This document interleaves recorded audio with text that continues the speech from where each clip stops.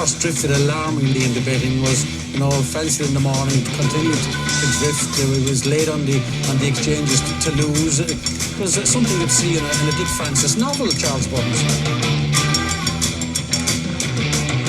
The ground is soft. It's heavy. It's soft on times. It's heavy. Okay. And a massive warm welcome to the Bar Stewards Enquiry Sunday sermon, finishing off what's been a very active and talkative and busy talking point everything week at Cheltenham, and joining me tonight to finish that off and discuss the exciting fair ahead is John Lang of John Joe's Blogspot. Good evening, John. Fuck Cheltenham, we're feeling slaptastic. I thought you'd be excited. And certainly, last but not least, and now regular on our sermons, is Lorne Malvo from Twitter. Chris, good evening and welcome. How was your week at Cheltenham? Oh, it was from a punting perspective, it was absolutely horrific. It was fallers, short head seconds. It was just horrible. Because as recreational punter, my enjoyment of a meeting is always coloured by whether I bet any winners, and judging by Cheltenham standards, it was horrible. I hated every second of it. Every second. We'll have some real big Fez fans listening to this pod, and all we do is slag it off. Yeah. Yeah, I mean, if I'd have backed a few winners, I'd say, it's a tremendous meeting. It was great to see Rachel win. Fuck them all. I'd never bet a winner, I don't think. I think I bet one winner, I think we did, didn't we? The cover bet in the Albert Bartlett, I think we bet. Yeah. I mean, that was it. That was it. But I mean, the thing is, I mean, we're all idiots, aren't we? Because I mean, the punters on track and back that many winners. Yeah. The coke dealers had run out. They were singing. They were singing like at the darts finals. Yeah. Like back that many winners. I mean, I think it would have been like a scene out of Peaky Blinders if the 33s and 66 perks had been going in all week. I think so. I mean, I corresponded with a good follower of yours, Chris Poole from Victor Chandler, Bet Victor, and I sort of pointed out to him. I said, look, everyone on Twitter wins except me. Everybody bets winners except me. And he said, oh, mate, you're right. He said, to be honest with you, because you can't find a loser. Everyone's had it spark off, haven't they?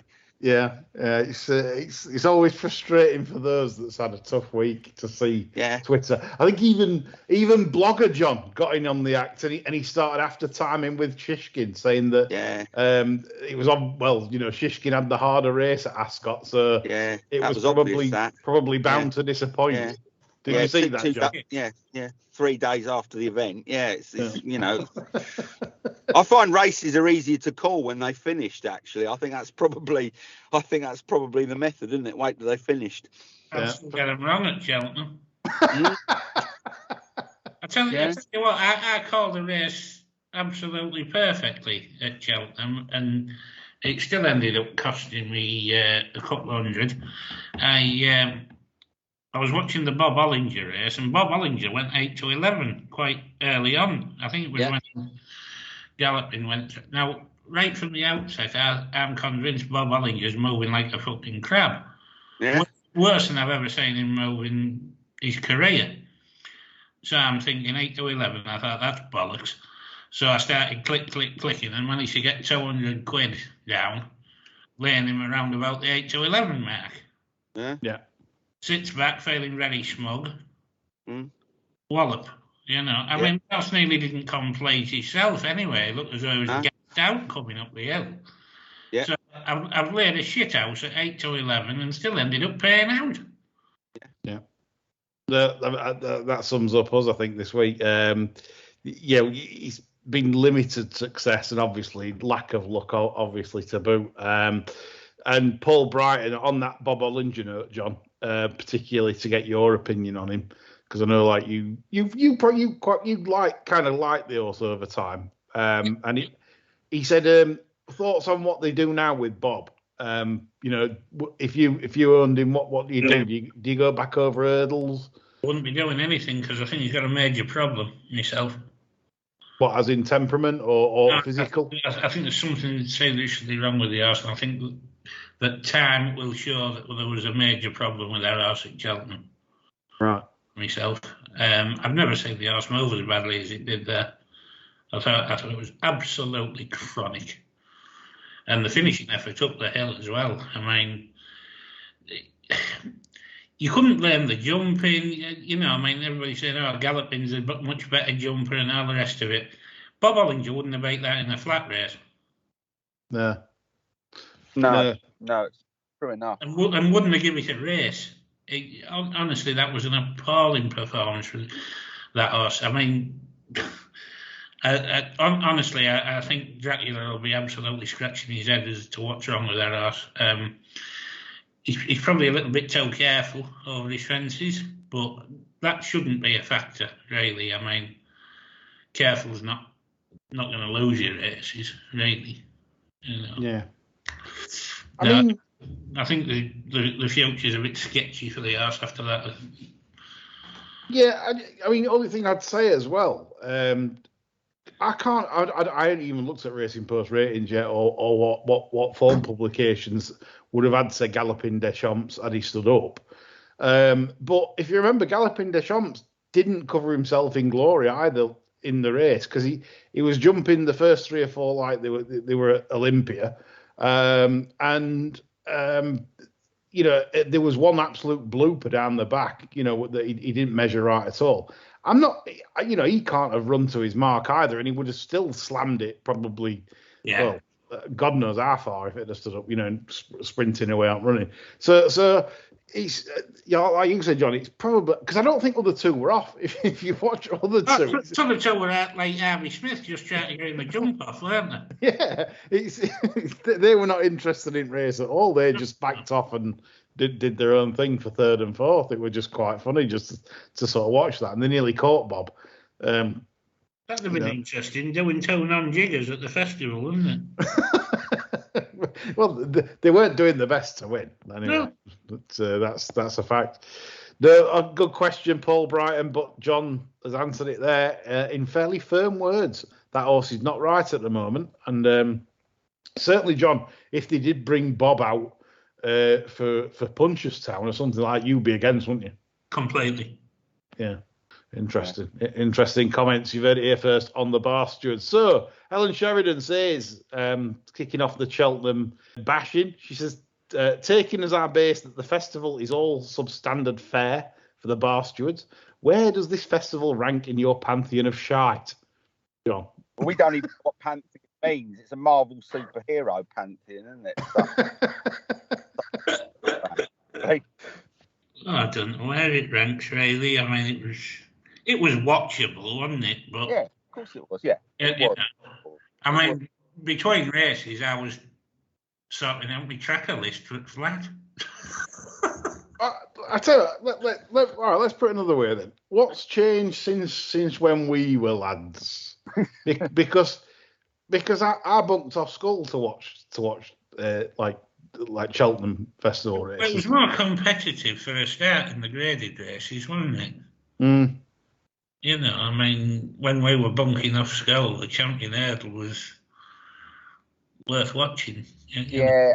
I think I suppose it goes to some extent the dominance of a handful of stables, not just on over the sticks, but also on the flat. I mean, I wouldn't say it's boring, because it's not boring. I mean, look, it's an exciting festival with top class horses, but when they're dominated by a handful of stables, you know, half of those runners, you know, had no business turning up, really, looking at the results, and that kind of makes it a little bit dull, doesn't it? I mean, I think that's probably the major change from where it was maybe, you know, 2 decades ago.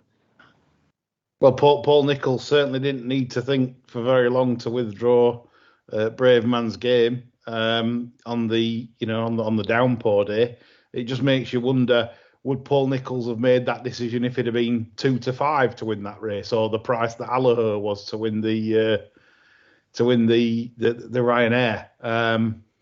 That's the thing, you know. It's Paul Nicholls made the decision in the best interest of the horse, according to him. He has won on soft ground before, but obviously he didn't want to bottom him out in that. But as I said, I do think they're a bit of, well, he was obviously fairly worried that he wouldn't be quite at his best under the conditions. But again, I just think that's a bit rotten on punters also. I've said this before with O'Leary, with Tiger Roll, just to piss Adam Noban off. I've mentioned Tiger Roll now for I think 3 or 4 shows on the bounce. Adam Norman hates it when I mention Tiger Roll. He's bored of it. But again, you've just robbed the public of, and it's interesting. You know, I'm right here, and I'll say why I'm right, because Tiger Roll got as many views on ITV as the Gold Cup. 1.6 million tuned in for Tiger Roll's race. 1.6 million tuned in for the Gold Cup. So that tells you the popularity of Tiger Roll. He's a public horse, a bit like probably Desi was, etc., etc. And the dirty Ryanair man robbed the public of seeing him possibly land his 3rd national. So yeah. Anyway, that's Tiger Roll done with. I promise, I'm done with Tiger Roll. I'm done with carrots. People are a few moans and groans about me moaning about carrots all the time. Carl Swanson's been on. He's as pissed off as anyone at the festival. Probably more pissed off than John, Chris, and me put together. He said he went Cheltenham Friday. He says, for the last time, he says, bollocks to that. 35 years he's been going, 35. But that's it. Lads coming out of the bogs with heavily powdered noses. Women look like they put 3 coats of cuprinol on their chops. Willing horses to fall before just because he's had a few quid on. Different crowd. No thanks. I'm done. And then yesterday he says he got an email from the Jockey Club saying, how did we do? Well, I think we've sort of said it on the show that racing's going through Racing for Change. Remember that organisation, Racing for Change? Yeah, plenty of money, didn't it? Yeah, another quanger. Racing for Change seems to have done the bid because obviously they are getting a change. They're getting a different clientele. And Matt Chapman even said today on I think it was the racing debate, actually said that if you didn't approve or had a problem with the football style singing for the last sort of 2 or 3 races, then you need to have a word with yourself. That was his exact words. Well, he would, because all the people that do the singing are the ones that don't think he's a cunt. Yeah. Such a way with words. This is why we get lots of comments about John's one-liners.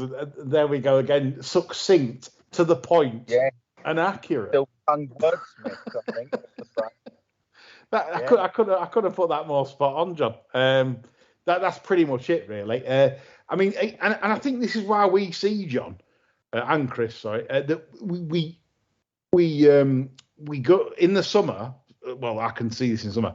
The racing crowds midweek are really pleasant going racing midweek in the north. Say Ripon, Redcar, whatever. The quieter meetings.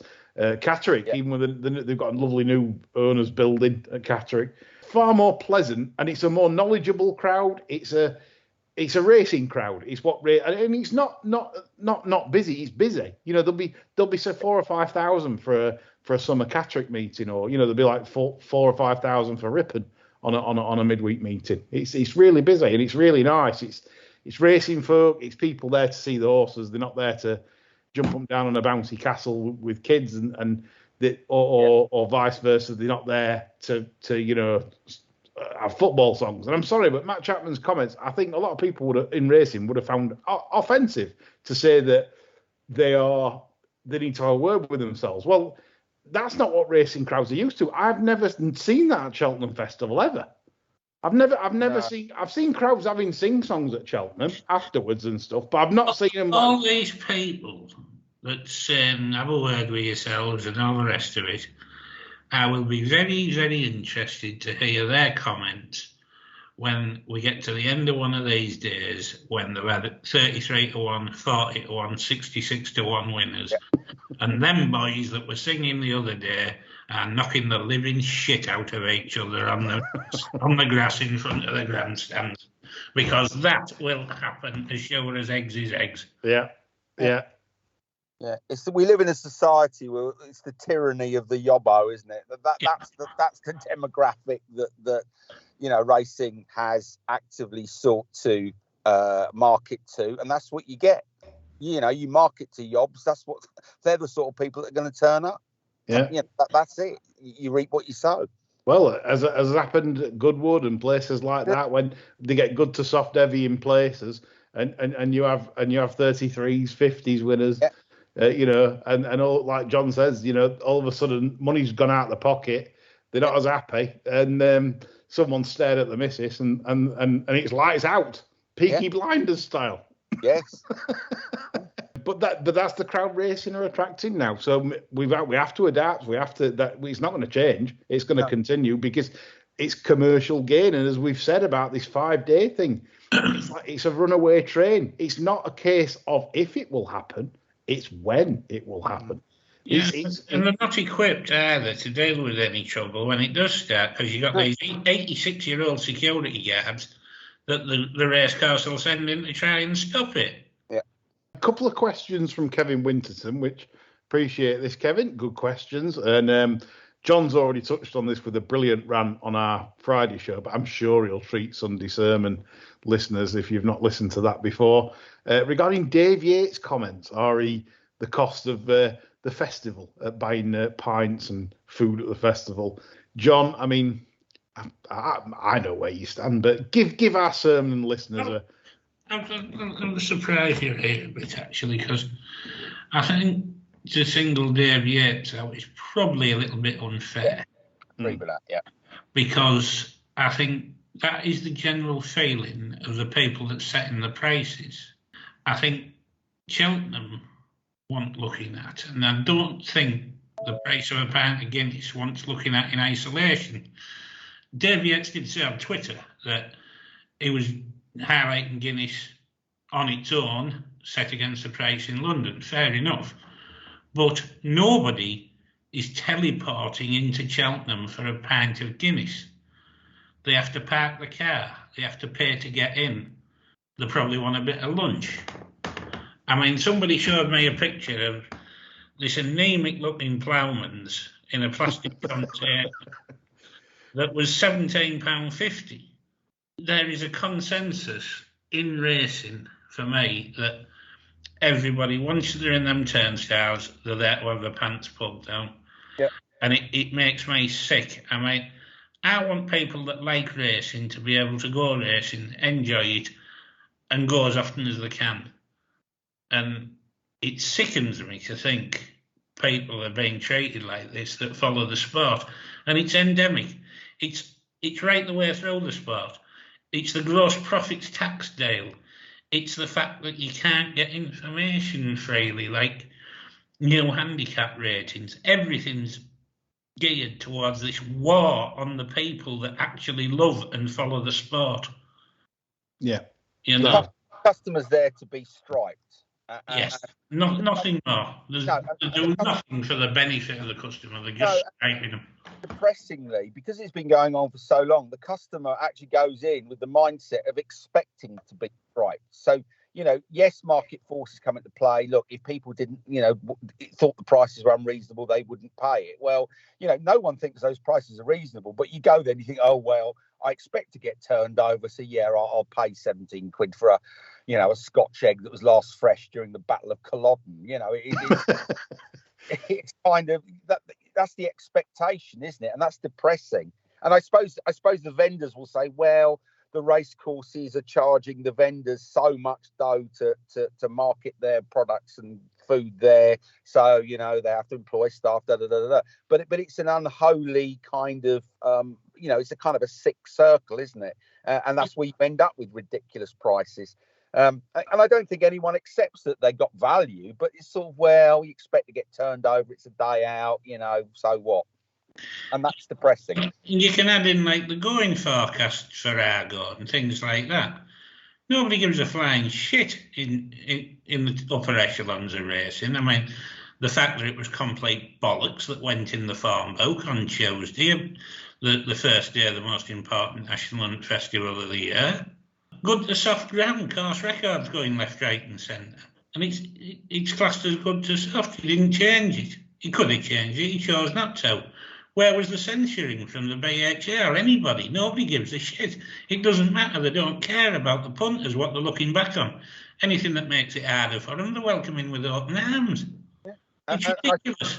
That's why they won't get their arms around this watering nonsense, because irrespective of where you stand on watering, false ground leads to funny results. Funny results helps grow its profits tax. It's morally reprehensible what they're doing with this sport. And I suppose if you attract a largely or a significantly unknowledgeable group of people, the BHA and others will say, well, who gives a shit whether we're accurate? They don't care. They're just there to throw a few quid around. So it doesn't matter whether they declare the official going as firm throughout. It's irrelevant because your clientele aren't sufficiently knowledgeable or interested to understand the significance. So who cares? No one cares. Spot on, chaps. I mean, I agree with everything you both said. Just coming back to John's point on Cheltenham that need looking at, this reflects on Kevin Winterton's second question. And he said, also when Gillespie made it a 4-day festival, they capped the crowds at 60,000 per day. This year, 64,000 was the lowest crowd on a day.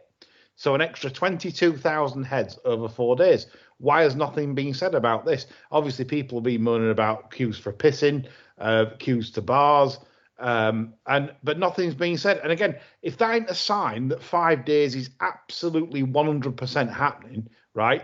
Then I'm a Chinaman because it's clear that it is, because they're just stuffing them in. That it's corporate greed, and I just wonder what you two thought about that. Well, I can remember when York only used to sell enough tickets for the county stand as they had seats, and then that went out the window. And now you're paying more than you've ever paid to go in the county stand at York for less comfort, worse access to bars, queues to piss, and all the usual problems. Whereas before, the county stand was a luxury at York. You were guaranteed a seat for starters if you wanted one. You couldn't transfer from Tattersalls to the county stand. You know, you were either in or not. Now, sell as many tickets for the county as you can.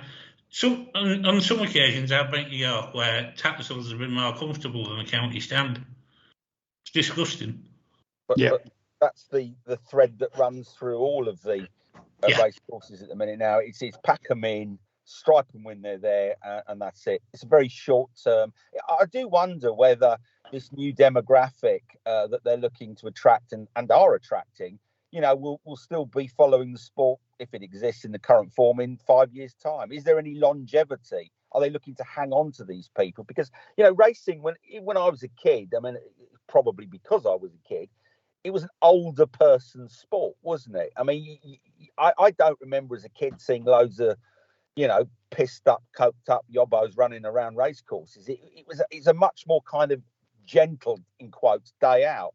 And everything I read now is just a raucous, drunk coke fest, isn't it?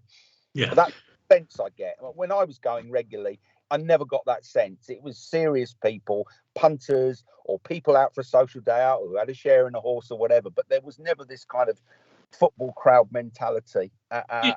Trips and things. It was like the Daily Mirror's Punters Club on buses coming in, wasn't it? Totally. But it's all full of people now living their best life. I mean, that horrible phrase. It's all about, squeezing as much as they can into the 9 hours they're there. And it's kind of like the fall of Rome, some of it, isn't it? It's sort of, it kind of end of day stuff. And I never got that sense when I was going racing regularly. It just wasn't the same sort of people. But look, you reap what you sow. That's what racing seems to want, and that's what they've got. So good luck to them. But whether those people will be following the sport avidly in 5 years' time, who knows? Or maybe they'll just market to to those people's children. I don't know. I think that will all depend on the positivity racing gets outside of racing. Yeah. Obviously, it's under pressure a lot from animal rights and people that see it as a terrible game, both like anti-gambling lobbies, things like that. Depends what kind of publicity it actually gets going forwards, whether this continues, because like you say, it is putting bums on seats. Fair play to racecourses on that. They've capitalised on the commercial aspect rather well with the pop bands in the summer and stuff like that. But as I've said, if as soon as racing starts getting negative amongst the younger generation, or like, oh, it's cruel, don't go racing, that's the thing. Then does the wheels start falling off there? But that could be for the future. Definitely a future pod, that one. Going on to the carrots. Robbie's been on his Venetia carrots. Well, she's had a fantastic season. You're allowed to have fantastic seasons. 25%. And she's not been taking on Northern novice hurdlers to get to that 25% either. Her horses are absolutely on fire and finding zillions. But I suppose that's what we have to use as punting armory. Keep an eye on these stables for good bedding and nuts and hay. And comment from Gurney on the subject. He says, "Hi guys, always a good listen, and I've enjoyed listening to the Cheltenham roundups. Not a criticism, Lee, but it's as if you just look at the results before deciding whether the John Parrots were in play. Horses will put up better performances for all sorts of reasons, and/or may take advantage of other horses running below par for all sorts of reasons, etc. I am not suggesting there is no wrongdoing in UK or Irish racing. I just don't think that it's as straightforward as you appear to suggest."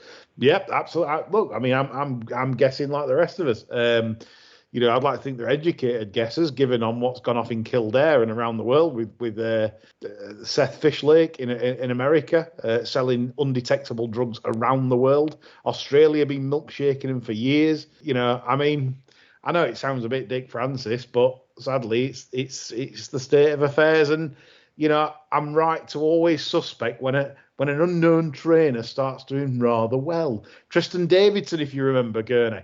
Tristan Davidson, the milkman, the milk farmer, came on the scene. All he had to do was get an horse from another yard and he'd train a winner. Where's his winners this season?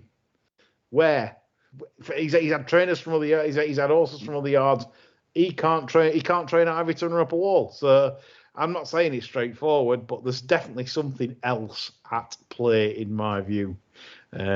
And the carrots debate will go on, and most people think we're anti-Irish anyway, John. Well, I'm certainly not. I take exception to that. Yeah. In my view, the greatest trainer that ever lived is Irish. So, Vincent O'Brien. Yes, absolutely. Yes. And like I said, I mean, yeah. Look, listen, Irish. As I pointed out in one of the shows, Irish have the best flesh. I mean, the best pointers. They have Coolmore for the flat, and with the best breeding operation known in the world. And that's where obviously they're going to be weaker now. Galileo's passed, but that's for them to sort out. But up to now, Coolmore have been dominant in breeding for years. So I'm not labelling literally every Irish runner as doped. It's just a case of John Magnier has outmaneuvered Godolphin at every step for the last 30 years, hasn't he? Yeah. Simple as that. I mean, the man's a genius. There's no question. He's been one step ahead of Shaky and his brothers all the way. And it was only really last year that they had any sort of comeback. I do think the Sheikh shot himself in the foot though with his refusal to buy buy from Coolmore, etc. over completely, but even if he had been, there was money going in Magnus' pocket, wasn't there? I mean, he had it by the bollocks. Yeah, that's right. Yeah, fair points. Right, just to close off Cheltenham, Gareth Matthews with the final question. And he said, just wondering when you're going to be in your 2023 Anti-Purse Festival show. Get fucked, Gareth. Yes, get fucked, Gareth. Yes, I can believe. I bet you there are some that will be doing this. They'll be looking at the list now for next year. They'll be looking at Galloping Deschamps for the Gold Cup, or they'll be looking at and they'll be all having these acres at each. Jeez. If they're not looking at the link in this way, they aren't guessing. You sound like Chapman now, John. Chapman's more or less said that about people that didn't like the darts crowd chanting. Yeah, have a word with yourselves, listeners. You're thinking about the fairs next year. Have a word. Yeah. And Martin Coyne's been on, and he said, Lee and John, commiserations. Obviously, National Hunt, not your game. But Clearly. I'm so lucky. I'm gonna say that's we know. But next year we're just gonna have a spelling contest. We are. I mean, I confess now, I play Wordle. I don't know if any of you two've seen that on Twitter. I don't even know what it is. Wordle. I mean, it's shocking you don't know. Everyone knows that. It annoys everyone. People post the Wordle scores on Twitter. I don't know. But it's one of them where you have to guess the word, like in 5 letters. So we could have a Wordle off or something. Or something. I don't, but during winter. Yeah, guess the word. It ends in UNT. And we said, I know what John's starting off with his first guess. Anyway, so he carries on. He says he's looking forward to the flat because he says he's even opened up a new bank account in anticipation of the extra winnings. I hope it's competitive on loan percentage rates. Yeah, exactly. It's expensive. Yeah, borrowing money these days. He says no funds mean the only hooker I've seen lately is Jamie George. So Martin Coyne, good in your corner. 1750 for a blowy under Albert Bridge in Middlesbrough. You never seen. 1750. It's come down from 20 notes. Yeah. We're busting the recession round here. Yeah. Now, 1750, John. That's same price for Ploughman's at Cheltenham. Yeah. I know what I'd rather have. Occasional pickle. There you go, folks. Market forces here on the Bar Stewards. What would you choose? You decide. Carried off John for 17 quid. Right. So anyway, we've plenty to look forward to going forwards. The flat season literally on the doorstep now. Me and John absolutely bouncing. And just to fill in what's happening this week, on Wednesday evening, you shall get a recording of me, John, and Quentin Franks, giving our 5 best each to follow for this year's flat season. I promise you that's a show not to miss. Quentin's a very good judge. He's pissed in the naps table with all his flat bets. Me and John are absolutely bouncing with our 5. So I guarantee that's a show you don't want to miss, and that's Wednesday night. We're back on Friday with the Lincoln preview. Me, John, and Quentin Franks again chewing the fat for the first Lincoln meet. So again, another show you don't want to miss. An exciting week for the Bar Stewards. So looking to this flat season, chaps, just briefly, we'll not draw on too much, but favourite memories, favourite memories that you can remember for betting on the flat. Any it can be anything, just entertain. Maybe Wally winning the Raiders Cup on Pilsudski. Is that your stick out memory, John? Complete stick out. Yeah, I think so. When he come back from that accident, yeah. I think that was my best day in racing, I think. Yeah. I think there's a bit in it as well, because obviously you knew Peter Reynolds well. Yeah. So you were delighted for him, and I get it. Yeah, it was a great sporting moment.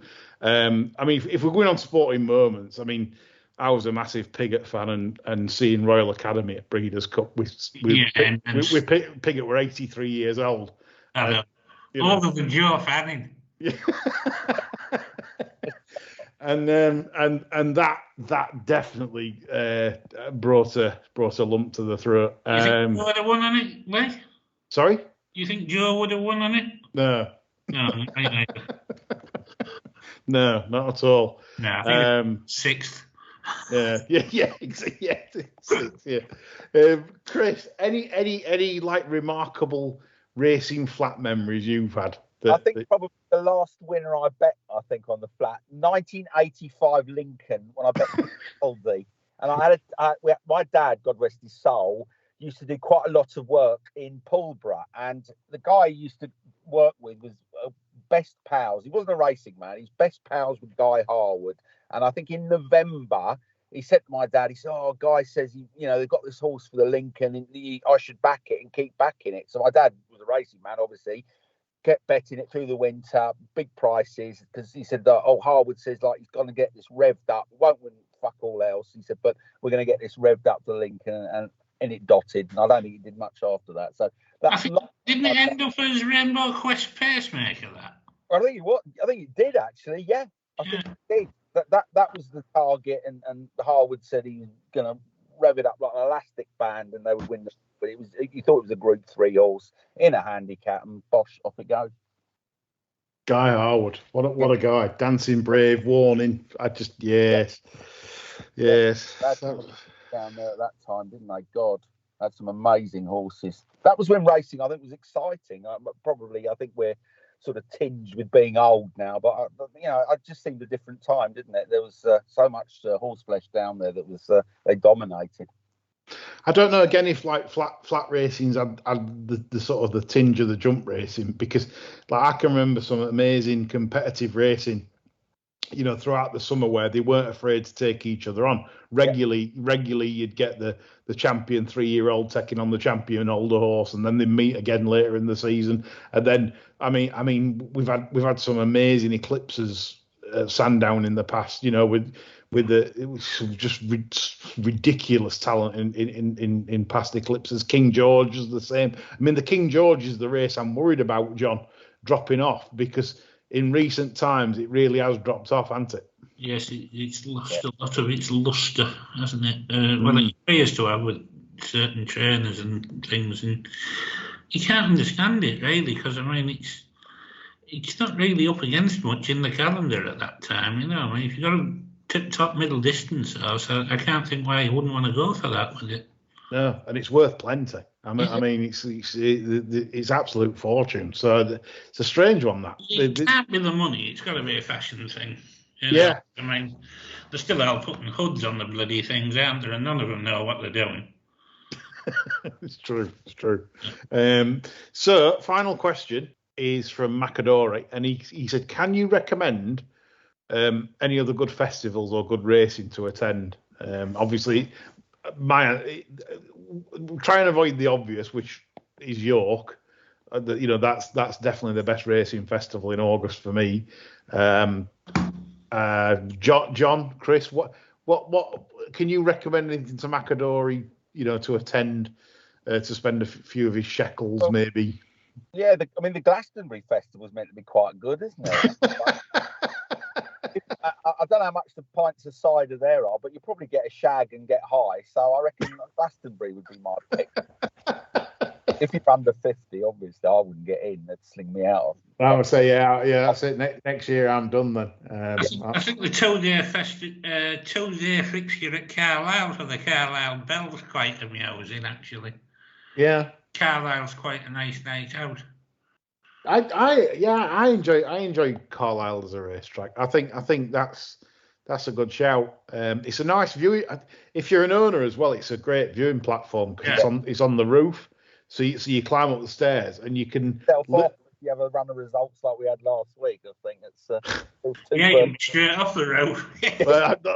Listen, I mean, my racing ownership exploits are coming to a close generally because of the expense of it all and for what you get back from British racing, as we've discussed on other pods, and it's just not viable really if you want to make any. Well, I'm not saying make money, but have a chance of making money. It literally is. You might as well just buy 2,000 lottery tickets every week. No, you win that. Goodwood's all right. I mean, all right, notwithstanding the issues that we discussed earlier, I quite enjoy Goodwood. Not necessarily glorious Goodwood, but there's a couple of other sort of 2-day meetings. I think Goodwood's always worth a look. Fantastic part of the world. Just a nice facility. I quite like Goodwood. Yeah, I mean, that's probably my favourite meeting to visit because of the beauty around Goodwood as well. The Sussex Downs and stuff. It's a fabulous part of the world to visit. So Macador, if you've never done Goodwood, consider that. It's you'd like to say you don't necessarily have to pick the glorious Goodwood meeting. You can pick any sort of Goodwood couple of days meeting. They do one in May as well. I recommend that as a break. I think it's really nice down there. Very, very nice part of the world. I missed one out today. Councillor Woodman was moaning like Summit Royal. He had to pay 30 quid to park at Cheltenham. Councillor Woodman, he's one of the richest men in Derbyshire, and he's moaning, John. Yeah, tell him to say selling that for a sub. He's good for it, isn't he? Exactly, yeah. Go and contact the Chancellor, Councillor Woodman, and get your rebate. Can't you claim it on expenses like they all do? Maybe, I don't know. Is that what they all do, John? I would assume so. I've never had any expenses anywhere, so I wouldn't. Right, so that's all from us, myself, John and Chris. We're back on Wednesday night with the horses to follow for the flat and the Big Friday Lincoln preview, so don't miss these. It's a big week for the Bar Stewards. Me and John are bouncing, and we've been bouncing all week, bouncing off rooftops and walls. It's like a 90s acid house party. That's all from us. We hope you enjoyed it. Bye for now.